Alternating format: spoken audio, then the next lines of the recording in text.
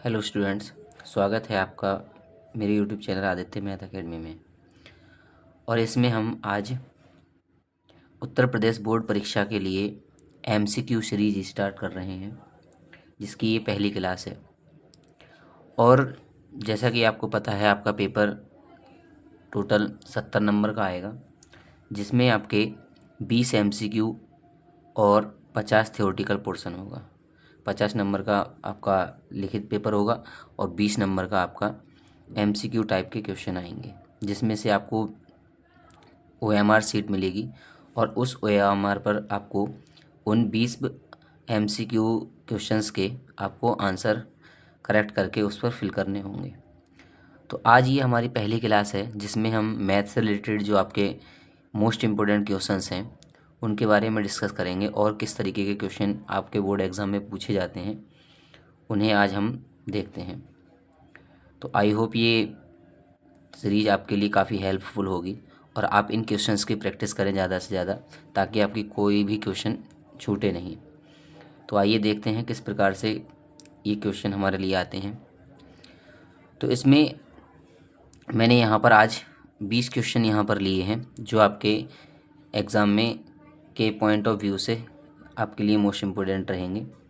और इसी प्रकार के हम 20-20 क्वेश्चंस को हम डेली प्रैक्टिस करेंगे, ताकि आपकी ज़्यादा से ज़्यादा अच्छी तरीके से तैयारी हो सके। तो आइए देखते हैं इसका पहला क्वेश्चन किस प्रकार से दिया गया है। तो इसका पहला क्वेश्चन है कि यदि 42 तथा 15 का LCM 210 है, तो 42 15 का SCF क्या होगा। ठीक है, तो ये हमारे पास 4 ऑप्शन दिए गए हैं, 3, 5, 15, 17। तो ये हमें यहाँ से ये बताना है कि इसका कौन सा क्वेश्चन करेक्ट है। तो इसी प्रकार से आपके लिए एग्ज़ाम में होगा, आपको इस तरीके से दिए जाएंगे 4 ऑप्शन, और उसमें से आपको क्वेश्चन को सॉल्व करके आपको देखना है कौन सा क्वेश्चन हमारा सही है, क्वेश्चन आंसर। ठीक है, और उस आंसर के लिए हमें OMR सीट पर फिल करना होगा। ठीक है, तो इसे सॉल्व करने का तरीका इसका क्या होता है, ये इसमें ये रिलेशन होता है कि हमसे यहाँ पर 2 संख्याएं दी गई हैं और 2 संख्याओं में हमें यहाँ पर इनका LCM दिया गया है और हमें इसका SCF निकालना है।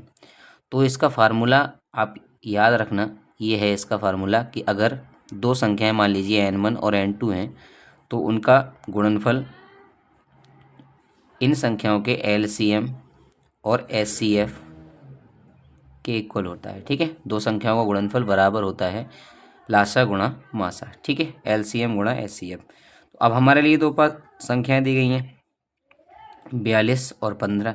ठीक है, जिनका LCM 210 है और हमें इनका HCF बताना है। तो 210 के लिए हम इधर ले जाएंगे, ठीक है, इसके बटे में, तो ये हो जाएगा 210।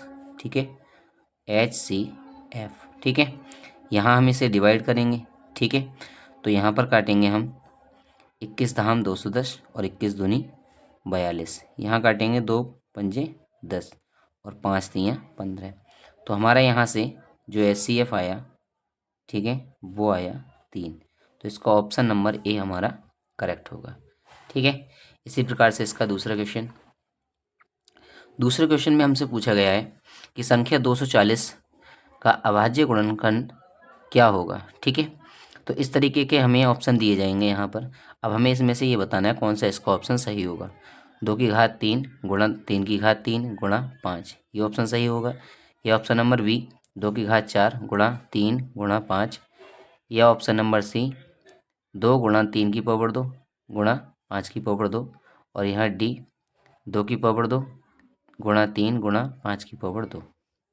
तो इसे सॉल्व करने के लिए हमसे कहा गया है, देखिए इसके लिए कह रहे हैं अभाज्य गुणनखंड। ठीक है, अभाज्य गुणनखंड हमसे पूछे हैं इसके, तो हमें 240 के यहाँ से फैक्टर करने होंगे। ठीक है, प्राइम फैक्टर करने होंगे यहाँ पर। तो हम यहाँ पर डिवाइड करेंगे, 2 एकम 2, 2 दूनी 4, ठीक है, 2 छंग 12। ठीक है, फिर यहाँ डिवाइड करेंगे, 2 तियाँ 6, 2, ये 15 बार में कट जाएगा। इसे काटेंगे हम 3 पंजे 15। तो इसके फैक्टर हमें क्या मिले, 2 गुणा 2 गुणा 2 गुणा 2 गुणा 3 गुणा 5। तो यहाँ 2 कितनी बार आया है, 4 बार आया है। तो हम लिख सकते हैं 2 की घात 4 गुणा 3 गुणा 5। तो इस तरीके से ये हमारा ऑप्शन आ जाता है 2 की घात 4 गुणा 3 गुणा 5। ठीक है, तो option number B is correct. ठीक है, तो ये ऑप्शन नंबर बी हमारा आंसर सही हो जाएगा इसका। ठीक है, इसका तीसरा क्वेश्चन देखते हैं। कह रहे हैं रैखिक समीकरण युग्म 2x+3y+5 बराबर 0 तथा -4x-6y बराबर 10 का हल होगा।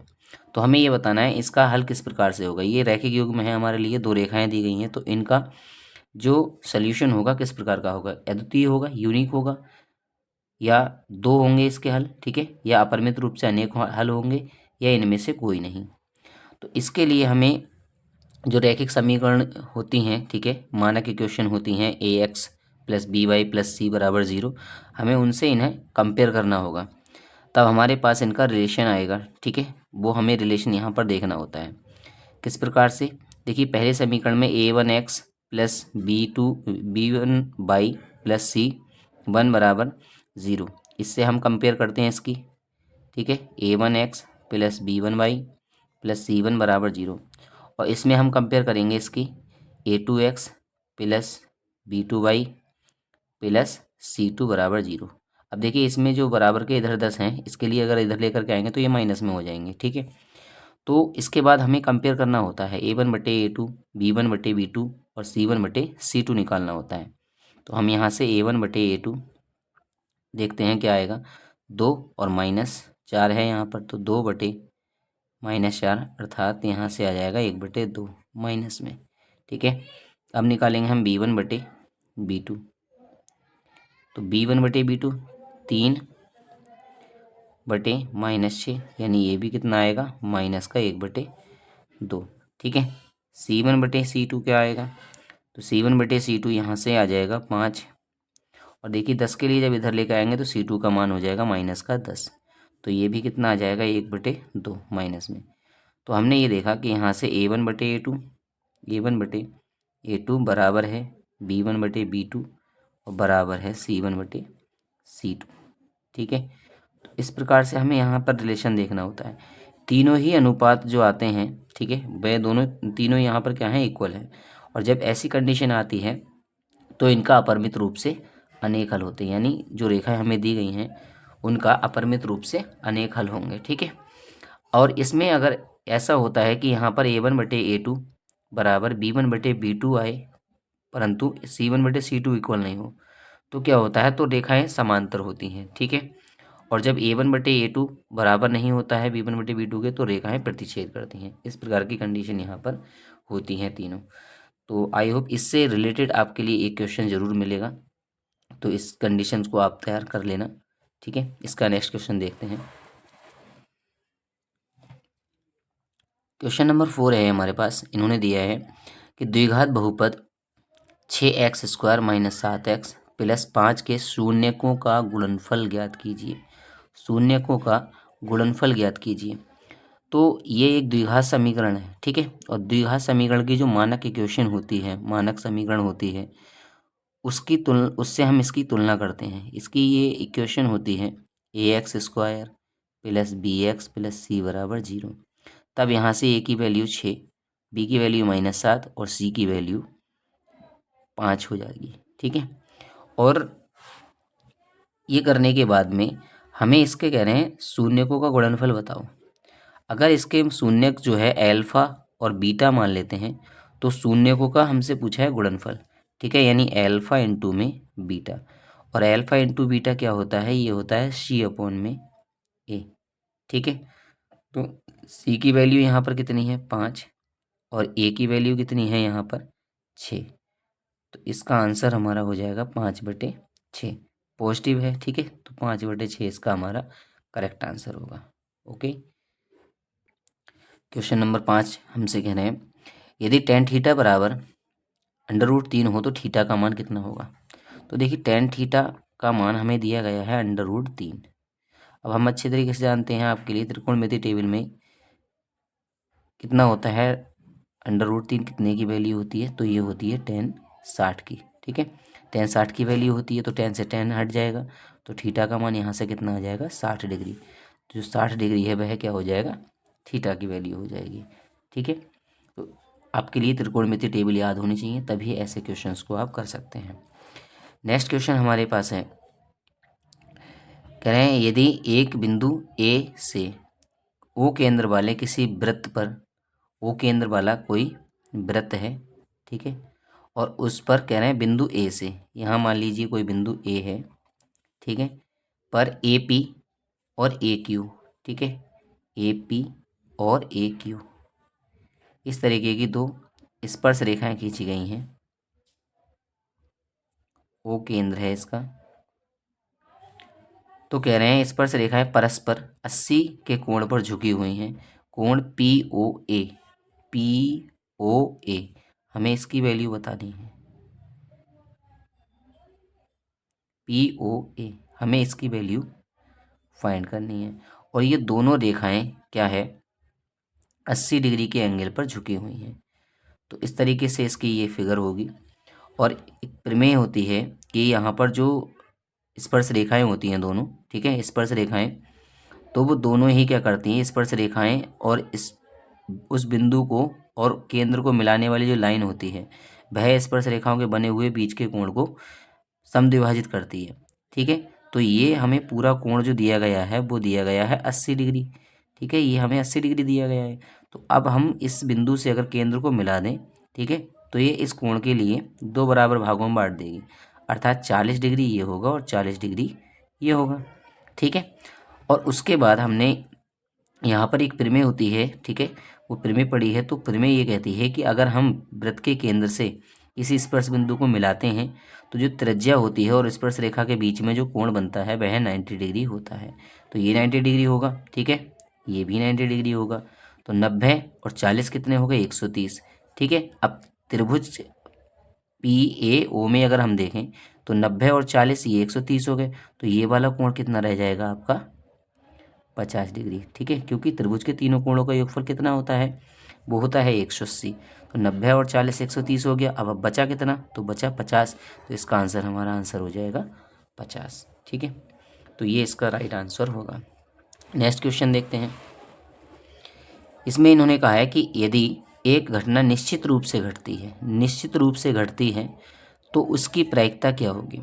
तो देखिए ये एक थ्योरेटिकल क्वेश्चन है, ये आपको याद ही होना चाहिए कि अगर कोई घटना निश्चित रूप से घटती है, ठीक है, तो उसकी प्रायिकता जो होती है, ठीक है, उसकी प्रोबेबिलिटी हमेशा एक होती है, ठीक है। यानी ये संभव घटना है एक, मतलब अगर कोई निश्चित रूप से कोई घटना घटित होती है तो उसकी प्रायिकता 1 होती है, और कोई घटना अगर घटित नहीं होती है तो उसकी प्रायिकता हमेशा 0 होती है। मतलब जो घटना संभव ही नहीं है तो उसका आंसर तो हमेशा क्या रहेगा, 0 रहेगा, ठीक है। और जो घटना घट सकती है तो उसकी प्रोबेबिलिटी 1 होगी, मतलब 100% होगी, ठीक है। किसी घटना के घटने की जो प्रोबेबिलिटी होगी वो 100% होगी। तो इसका आंसर करेक्ट आपको 1 दे देना है। नेक्स्ट क्वेश्चन है, आर त्रिज्या वाले एक ठोस अर्धगोले का कुल पृष्ठीय क्षेत्रफल। देखो इन्होंने अर्धगोला दिया है हमारे लिए, ठीक है, अर्धगोला इस तरीके से होता है। तो इन्होंने ये कहा है हमसे कि जो अर्धगोला है उसकी त्रिज्या आर है, उसकी त्रिज्या जो है वो आर है। तो आर त्रिज्या वाला जो अर्धगोला है उसका कुल पृष्ठीय क्षेत्रफल कितना होगा, यानी इसका टोटल सरफेस एरिया हमसे पूछा गया है। तो देखिए कुल इसका सरफेस एरिया जो होगा वो होगा इसके ये बाहर वाला जो पृष्ठ है इसका, ठीक है, इसका क्षेत्रफल प्लस इसका जो ऊपरी पृष्ठ है इसका क्षेत्रफल। बाहर वाला जो पृष्ठ है इसके चारों ओर का, उसके लिए हम कहते हैं वक्र पृष्ठ। तो इसका जो वक्र पृष्ठ होता है वो होता है 2πr²। और इसका जो ऊपरी भाग होता है अर्धगोले का वो कैसा होता है, वो एक वृत्त के आकार में होता है। तो वृत्त का क्षेत्रफल यानी 2πr² ये है और πr² ये है, तो ये कुल मिलाकर हो जाएगा 3πr²। तो इसका जो करेक्ट आंसर होगा वो होगा option number C. Next question है इसका, दो बिंदुओं 3,2 तथा 1,4 के बीच की दूरी बतानी है हमें, ठीक है। कह रहे हैं दूरी होगी, तो क्या होगी, 2 होगी, 2√2 होगी, 2√3 होगी या 3 होगी। तो दो बिंदुओं के बीच की दूरी निकालना, इसे अगर हम x1 y1 x2 और y2 लेट करें तो दो बिंदुओं के बीच की दूरी निकालने का फार्मूला होता है x2 - x1 का whole square plus by 2 minus by 1 का होल स्क्वायर। यहाँ आप अगर लगाएंगे तो यहाँ पर बाई 2 माइनस में बाई 1, ठीक है, पहले x2 माइनस x1 लगा दीजिए, 1 माइनस 3 का होल स्क्वायर प्लस 4 माइनस 2 का होल स्क्वायर। तो यहाँ आ जाएगा -√2 का होल स्क्वायर और ये 2 का स्क्वायर, ठीक है। तो यहाँ से -2 का स्क्वायर करेंगे तो कितना आ जाएगा, 4 आ जाएगा। 2 का स्क्वायर कितना आ जाएगा, 4। अब ये हो जाएगा √8। √8 के लिए हम लिख सकते हैं 4 गुणा में 2, ठीक है। तो 4 का वर्गमूल ले लेंगे बाहर, ठीक है, 2 √2। तो इसका हमारा आंसर आएगा ऑप्शन नंबर बी, 2 √2 इन दोनों बिंदुओं के बीच की दूरी होगी, ठीक है। नेक्स्ट क्वेश्चन, यदि किसी द्विघात समीकरण, अब फिर हमें यहाँ पर द्विघात समीकरण का ऑप्शन दिया है, ठीक है, क्वेश्चन दिया है, कहना द्विघात समीकरण 4x² + 4kx - 5 = 0 का एक मूल 1/2 है, का एक मूल 1/2 है, तो k का मान बताना है कितना होगा। देखिए, जब कभी भी ऐसा क्वेश्चन आपके लिए मिले कि एक द्विघात समीकरण दे रखी हो और उसका एक मूल दिया हो, मूल का मतलब होता है कि एक उसका सल्यूशन हमें दे रखा है, और सल्यूशन द्विघात समीकरण जो होती है उसके सल्यूशन हमेशा 2 आते हैं, जिन्हें हम अल्फा और बीटा के नाम से जानते हैं, अल्फा और बीटा मानते हैं हम, ठीक है। तो जिसमें से एक मूल हमें दिया गया है, ठीक है, एक मूल हमें दिया गया है, एक मूल अगर हमें दिया गया है तो इसका मतलब जो x की वैल्यू होती हैं, ठीक है, उन्हीं में से एक वैल्यू हमें दी गई है। तो ऐसा क्वेश्चन बनता है, तो जो वैल्यू हमें दी जाती है उस वैल्यू को आप उसमें पुट कर दीजिए जो समीकरण हमें दे रखी है। तो 1/2 दी गई है यहाँ पर इसकी वैल्यू, तो हमें x की जगह इस समीकरण में 1/2 लगा देना है। तो ये आ जाएगा 4 गुणा में 1/2 का whole square plus 4k into में 1/2 -5 = 0। तो यहाँ हो जाएगा 4 और यहाँ 1/2 का स्क्वायर मतलब 1/4 प्लस यहाँ डिवाइड करेंगे 2 एकम 2, 2 दूनी 4, तो ये हो जाएगा 2k माइनस में 5 = 0। यहाँ 4 से 4 कैंसिल हो जाएगा, तो यहाँ पर बचेगा 1 + 2k माइनस में 5 = 0, और यहाँ से 1 - 5 करेंगे तो आ जाएगा 2k माइनस में 4 = 0। अब यहाँ अगर हम इसे डिवाइड, सॉरी 4 के लिए इधर शिफ्ट कर देंगे तो 2k बराबर हो जाएगा 4, और 2 से डिवाइड करेंगे तो 2 दूनी 4, k की वैल्यू कितनी आ जाएगी, 2, ठीक है। तो ऑप्शन नंबर ए हमारा करेक्ट आंसर होगा। नेक्स्ट क्वेश्चन, यहाँ हमसे कहा गया है कि 1 + 2 + 3 + 4 + 5 + 6 + 7 + 8 + 9 का मान है। देखिए, बहुत ही सिंपल क्वेश्चन है और हमें इस तरीके के MCQ भी दिए जा सकते हैं। यहाँ कुछ नहीं करना है, हमें संख्याओं को ऐड करके हमें ये बता देना है कि इसका ऑप्शन क्या आएगा, ठीक है, राइट आंसर क्या होगा। तो देखिए, 1 और 2 कितने होते हैं, 3, ठीक है, 3 और 3 6, 6 4 10, 10 5 15, 15 6 21, 21 7 28, 28 और 8 36, 36 और 9 कितने हो जाएंगे, 45। इसका option number B is correct answer. और अगर हम इन्हें देखें तो ये प्रथम 9 प्राकृतिक संख्याओं का, ठीक है, योगफल है। 9 प्राकृतिक संख्याओं का क्या है, योगफल। तो इसका एक फार्मूला भी होता है, ठीक है। अगर मान लीजिए n प्राकृतिक संख्याएं दे रखी हैं हमें, n प्रथम n, ठीक है, प्रथम n प्राकृतिक संख्याओं का योग, तो इसका फार्मूला होता है n + 1/2। अब यहाँ जैसे n की वैल्यू कितनी दे रखी है, 9 दे रखी है, तो अब लगा दीजिए 9 गुणा में 9 + 1/2 यानी 9 गुणा में 10/2, 2 पंजे 10, ठीक है। तो 9 पंजे कितना आ जाएगा यहाँ पर, 45। तो इस सूत्र के माध्यम से भी आप इसका सही ऑप्शन लगा सकते हैं, या आप सीधे सीधे इसे ऐड भी कर सकते हैं। Next question, question number 12 is, ठीक है, क्वेश्चन नंबर 12 में हमसे दिया है sin θ - 1 इंटू sec θ + tan θ का मान क्या होगा, ठीक है, cos θ या sin θ या माइनस cos θ या माइनस sin θ। तो देखिए, त्रिकोणमिति में जो रूपांतरण करने वाले क्वेश्चन होते हैं, ठीक है, ये आपको आइडेंटिटी पता होनी चाहिए। जैसे sin θ होता है, sin θ -1 से लिख सकते हैं, ठीक है, और यहाँ पर जो सेक थीटा होता है इसे हम लिख सकते हैं 1 में cos theta plus tan theta बराबर क्या होता है, टेन थीटा बराबर होता है साइन थीटा बटे कोस थीटा। ठीक है, और इसमें से हम क्या करेंगे, माइनस कॉमन ले लेंगे, तो ये हो जाएगा 1 माइनस में साइन थीटा, और यहाँ से अगर हम कॉस थीटा को एलसीएम ले लें क्योंकि दोनों में क्या है, सेम है, तो ये ऊपर बन जाएगा 1 प्लस साइन थीटा। ठीक है, अब यहाँ से ये 1 माइनस साइन थीटा और ये 1 प्लस साइन थीटा, तो ये ए माइनस बी, ए प्लस बी का फार्मूला बन जाएगा। ए माइनस बी इंटू ए प्लस बी क्या होता है, ये होता है ए स्क्वायर माइनस बी स्क्वायर, तो ये हो जाएगा 1 का स्क्वायर माइनस में साइन स्क्वायर थीटा और इंटू रहेगा कोस थीटा। अब 1 माइनस जो साइन स्क्वायर थीटा होता है, ठीक है, 1 का स्क्वायर करेंगे तो 1 ही रहेगा, तो ये आ जाएगा -1 माइनस साइन स्क्वायर थीटा, ये हो जाएगा कॉस थीटा।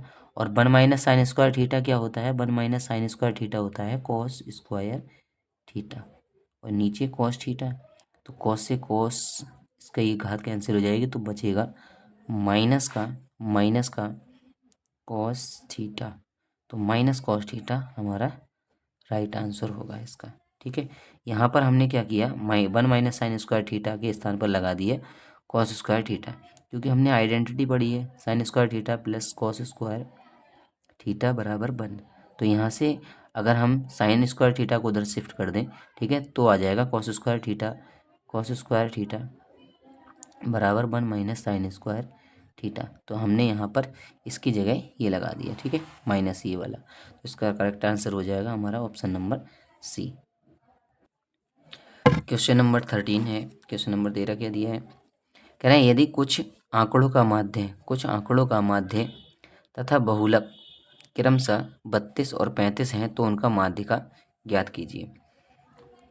ये क्वेश्चन मोस्ट इम्पोर्टेंट है आपके लिए, वो इसलिए क्योंकि इनके बीच माध्य, बहुलक और माध्यिका, इन तीनों के बीच में जो रिलेशन होता है, इस फार्मूले से संबंधित आपके लिए एक क्वेश्चन 100% मिलेगा ही मिलेगा।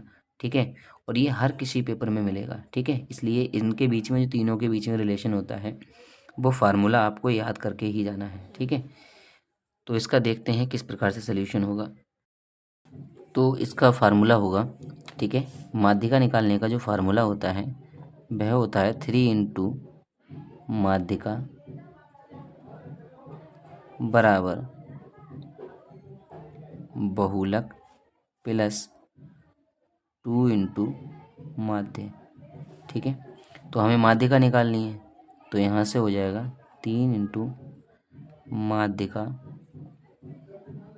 बराबर बहुलक। अब देखिए हमें ये दिया गया है माध्य तथा बहुलक क्रमशः, यानी माध्य का मान हो जाएगा 32 और बहुलक का मान हो जाएगा 35, तो यहाँ से लगा देंगे 35 प्लस 2 गुणा माध्य हो जाएगा 32, तो 35 प्लस 32 दूनी 64, इन्हें ऐड करेंगे तो 5 4 9 और 3 और 6 9, तो ये आया 3 इंटू माध्यिका।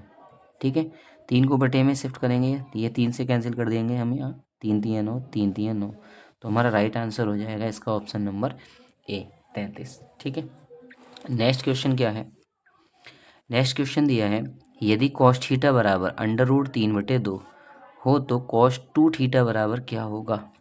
ठीक है, हमें दिया है कॉस थीटा बराबर √2, तो अगर आपको टेबल याद है, ठीक है, तो कॉस थीटा, कॉस के अंदर जो कॉस की टेबल होती है उसमें हमें √2 कितने की वैल्यू होती है, तो आप कहेंगे ये होती है कॉस 30 की। कॉस से कॉस अगर हम हटा दें तो हो जाएगा थीटा बराबर 30 डिग्री, लेकिन हमसे थीटा की वैल्यू नहीं पूछी है, हमसे पूछी है कॉस 2 थीटा की। ठीक है, तो कॉस 2 थीटा, तो कॉस 2 थीटा यानी कॉस और 2 और थीटा की जगह लगा देंगे हम 30 डिग्री, तो ये हो जाएगा कॉस 60 डिग्री। ठीक है, अब कॉस 60 की वैल्यू कितनी होती है, तो कॉस 60 की वैल्यू होती है 1/2, तो इसका option number B is right answer. ठीक है, नेक्स्ट क्वेश्चन, नेक्स्ट क्वेश्चन हमें दिया है कि दो पासों को एक साथ उछालने पर दोनों पासों पर प्राप्त अंकों का योगफल 10 होने की प्रायिकता बतानी है। ठीक है, तो ये कह रहे हैं कि दो पासों को एक साथ फेंका जाए। तो देखिए, जो पासे होते हैं उन पर 1 से लेकर 6 तक अंक होते हैं। एक पासे पर 1, 2, 3, 4, 5, 6 इस तरीके से अंक होते हैं। अगर दूसरे पासे को अगर हम देखें तो दूसरे पासे पर भी इतने ही होंगे, 1, 2, 3, 4, 5, 6। तो वो ये कह रहे हैं हमें उन अंकों की प्रायिकता बतानी है जिनके जो पासों पर अंक आते हैं, दोनों पासों को अगर एक साथ उछालते हैं तो दोनों पासों पर अलग अलग डिजिट आएंगे, लेकिन हमें उन अंकों की प्रायिकता बतानी है जिनका योगफल 10 हो। ठीक है, जिनका योगफल 10 हो। तो प्रायिकता निकालने का जो फार्मूला होता है, ठीक है, वह यह होता है,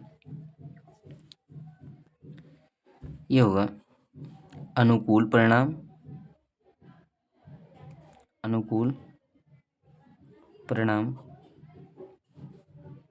बटे कुल संभावित परिणाम। तो देखिए, जब हम दो पासों को एक साथ उछालते हैं तो टोटल जो संभावित परिणाम होंगे, ठीक है, वो कितने होंगे? तो वो होंगे 36। ठीक है, कितने होंगे? 36। तो 36 किस तरीके से होंगे? जैसे 1 और 1 आ सकता है, 1 2 आ सकता है, 1 3 आ सकता है, 1 4 आ सकता है, 1 5 आ सकता है, 1 6 आ सकता है। ठीक है, इसी प्रकार से 2 1, 2 2, 2 3, 2 4, 2 5, 2 6 ये आ सकते हैं, या 3 1, 3 2, 3 3, 3 4, 3 5, 3 6। तो इसी तरीके से अगर हम प्रत्येक डिजिट के साथ मैच करें हर एक डिजिट के लिए, तो हमारे टोटल जो परिणाम बनेंगे वो कितने बनेंगे? 36 बनेंगे। तो हमें उनकी प्रायिकता बतानी है जिनका योगफल, ठीक है, केवल और केवल 10 हो। ठीक है, जैसे इसमें कौन कौन से हो सकते हैं? एक का अगर हम 6 के साथ देखें तो इसके साथ तो 1 और 6 कितना हो जाएगा? 7। तो ये तो होगा नहीं। ठीक है, हाईएस्ट वाले अगर नंबर को देखें हम, 2 2 को नहीं हो सकता, 2 5 का, 2 6 का कितना हो जाएगा? 8 हो जाएगा। 3 6 का कितना हो जाएगा? तो 3 और 6 का हो जाएगा 9, और 4 और 6 का कितना होगा? पहला जो इसका परिणाम बनेगा वो बनेगा 4 और 6। तो इनका ये जोड़ने पर कितना आ जाएगा? 10 आ जाएगा। 5 और 6 का, ठीक है, 11 होगा। ठीक है, लेकिन 11 वाला हमें नहीं लेना है। ठीक है, और हमें लेना है यहाँ पर केवल 10 वाला। तो जैसे 4 और 6 का होगा वैसे ही 6 और 4 का होगा, 6 और 4 का होगा। ठीक है, 6 और 6 का 12 हो जाएगा। इसी प्रकार से यहाँ 5 और 5 का भी होगा, एक 5 और 5 का। तो इसके अलावा और कोई भी परिणाम नहीं होगा। तो यहाँ से कितने परिणाम आ जाते हैं? यहाँ से अनुकूल परिणाम कितने हो जाएंगे? 1 2 3। ठीक है, तो ये हो जाएंगे 3। इन्हें डिवाइड करने पर 3 एकम 3 और 3 एकम 3, 3 दूनी 6, तो ये आ जाएगा 1/12। तो 1/12 जो होगा वो इसका करेक्ट आंसर होगा। ठीक है, नेक्स्ट क्वेश्चन है, चित्र में त्रिभुज ABC में DE पैरेलल है, यानी समांतर है BC के। यदि AD बराबर 2.2 सेंटीमीटर, DB बराबर 3.3 सेंटीमीटर तथा AE बराबर 1.8 सेंटीमीटर है, तो EC की वैल्यू बताइए। ठीक है, ये हमें त्रिभुज दिया गया है और इसमें ये जो DE लाइन है यह इसके क्या है? पैरेलल है। DE लाइन इस BC के पैरेलल है, मतलब समांतर है। इसमें AD की वैल्यू 2.2 है, DB 3.3, AE 1.8। हमें EC की वैल्यू इसकी फाइंड करनी है, कितनी होगी? तो देखिए, ये त्रिभुज वाले चैप्टर से है और इसमें हमें लगानी है थेल्स प्रमेय।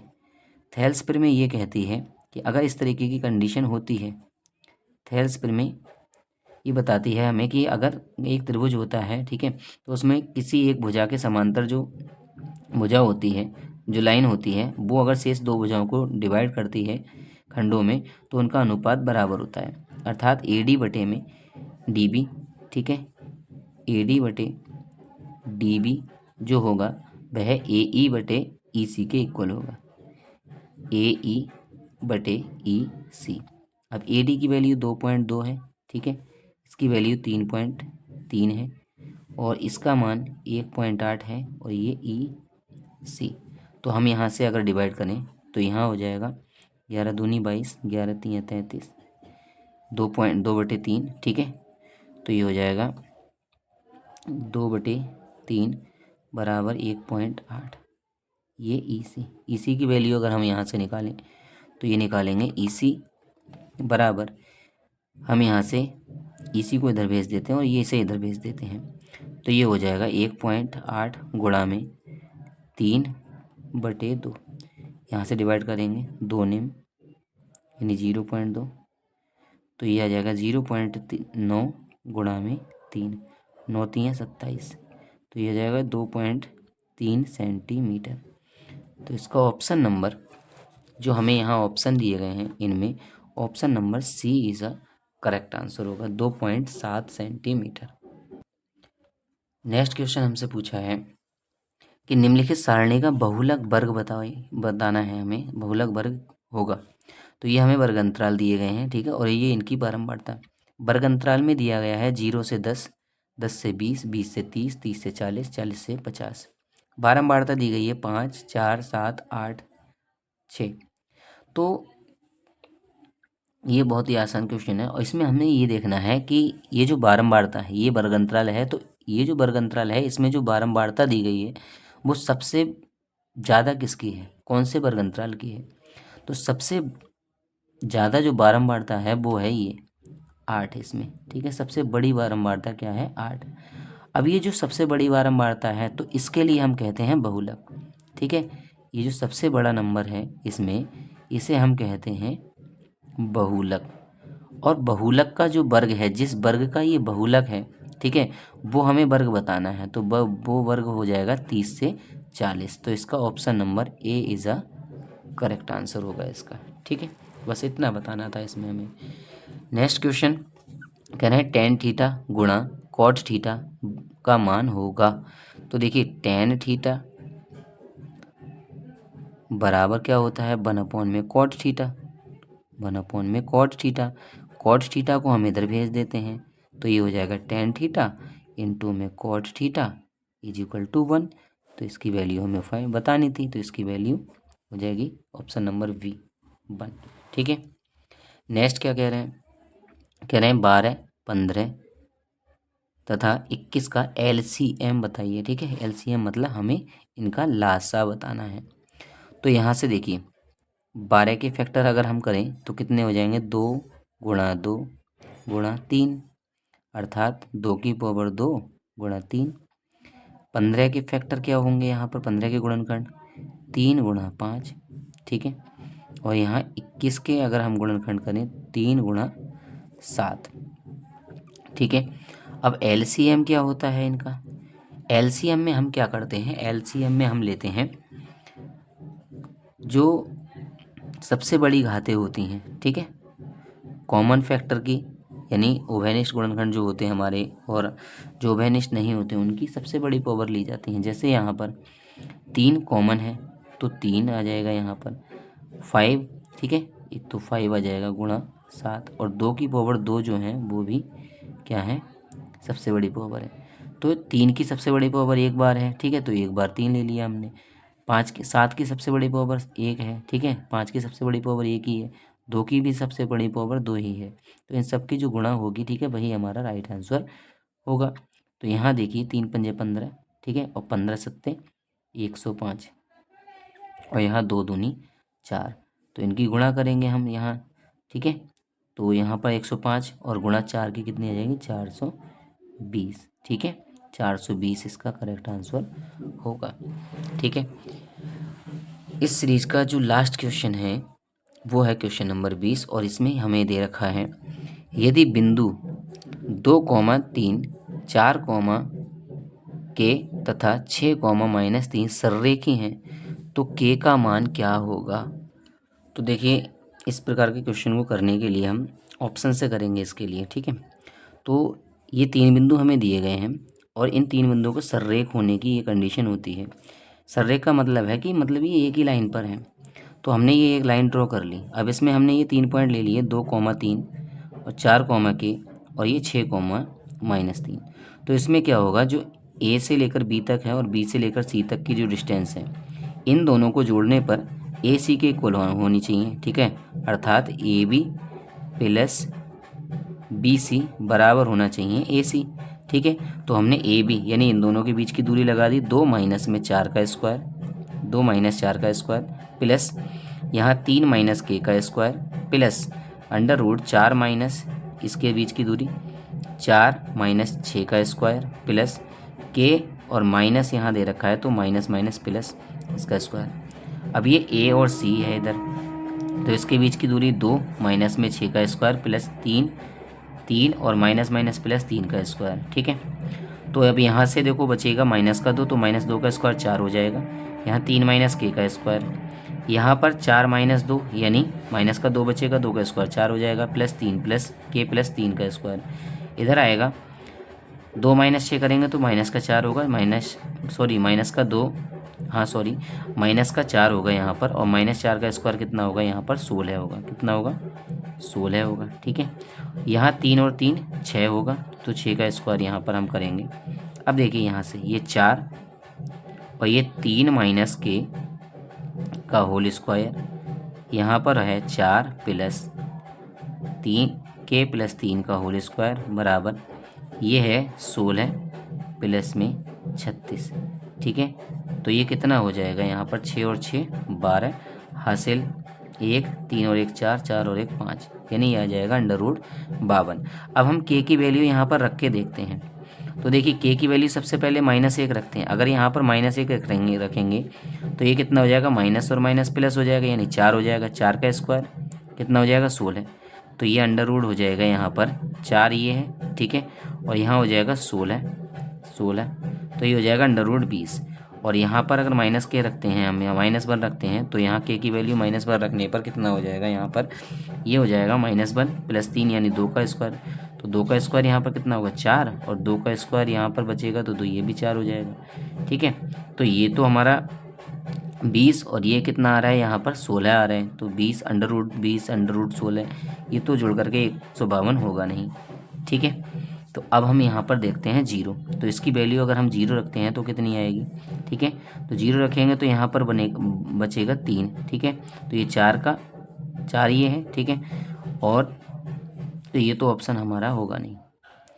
प्लस इसमें अब रखते हैं हम यहाँ पर 0, ठीक है। तो 0 रखते हैं तो ये तो 0 हो जाएगा, तो 4 अंडर रूट 4 प्लस में 3 का स्क्वायर कितना हो जाएगा यहाँ पर, ये हो जाएगा 9 प्लस यहाँ 4 ये भी 0 हो जाएगा, 3 का स्क्वायर ये भी कितना हो जाएगा 9 हो जाएगा, ठीक है।